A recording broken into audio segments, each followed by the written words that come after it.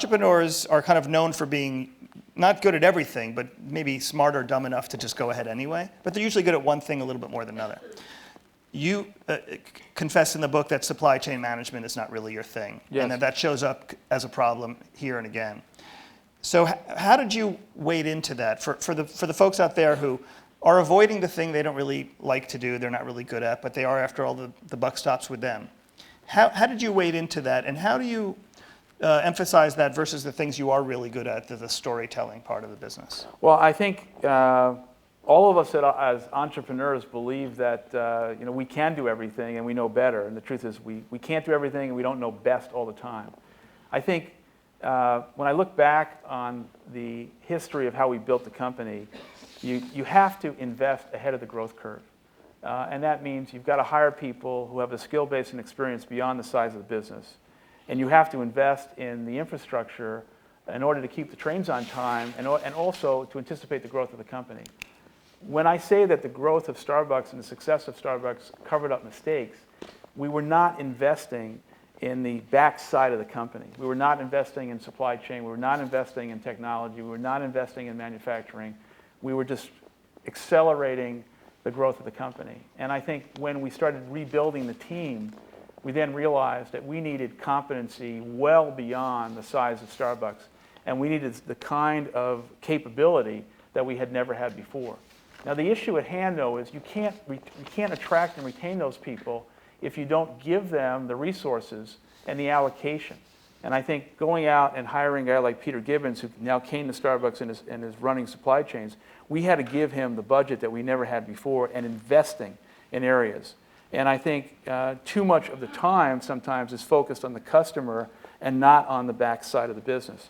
Now, the reason we've been able to succeed in the last year and a half is because we've made a much deeper investment in the things that the customer doesn't see, and as a result of that, our work is being received much better. And you speak about one of the things you embrace is lean work business, where you empower the people downline to make important decisions about productivity in the workplace. Well, again, someone came to me with they said, "Would you just read a couple of chapters of this book about Toyota's practices?"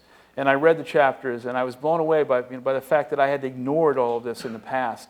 And so we brought someone into the company who really understood lean practices, and we began to attack the labor side of retail movement and retail operations in our stores. And again, this was another aspect of being able to create productivity in a seamless way that ultimately improved the way our people do the work, which they appreciated, and gave the customer a better experience.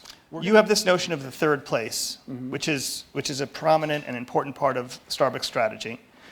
What does this mean in a nation, in a world that you didn't know about when you conceived of the third place, where everybody's blogging and everyone's chatting online, the third place being a place where communities can come together outside of work and home? Well, I think the issue that I would try and describe is there's been such a seismic change to consumer behavior.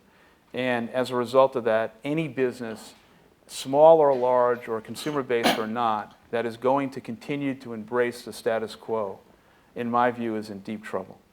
Now, so the question is, how do you, in a sense, create the balance between preserving your core business, but at the same time pushing for relevant innovation? And I think for us, I never imagined that people would be walking in with a smartphone or a handheld computer or whatever they were going to be doing and spending hours at Starbucks as their office. We certainly never got a rent check. But once we saw that, the question was, could we create something that potentially could enhance the experience? So when we went free Wi-Fi, we just didn't create free Wi-Fi. What we created was a Starbucks digital network that is proprietary to us, that provides unique proprietary content and premium services. In the last 90 days, we've introduced mobile payment at Starbucks. And in less than 90 days, Starbucks is the #1 company in America in terms of revenue and transactions in mobile payment. So I think, again, going back to the fact that you've got to be curious and you really need to understand, where is technology moving? How is the consumer embracing it? And then asking yourself, what can we do as an enterprise to be highly relevant to the seismic change in consumer behavior? And that also has to do with the fact that everyone must understand the discipline and the capability within your organization with regard to social and digital media, and you must participate in a way, because without that, traditional marketing, traditional advertising is going to be significantly subordinated by what is going on, and this is a life of its own that's not coming back, and social and digital media is here to stay, and every company in America, for that matter the world, must have that discipline in place. Thank you very much. Thank you so much. Now we have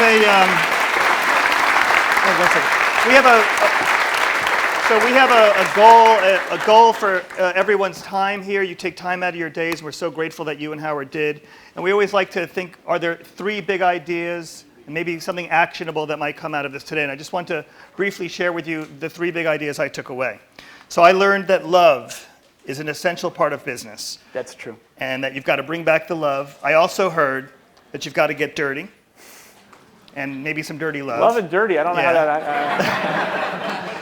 And ideas are a critical lifeblood to a business. That in creating those ideas, looking in the rearview mirror or having a sense of your culture while innovating is an important function that needs to take place at our companies. But then finally, most importantly, the courage to be decisive in the face of skepticism, which we all face every day, a critical component. Love, ideas, and courage. Thank you, Howard, for your time today. Thank you.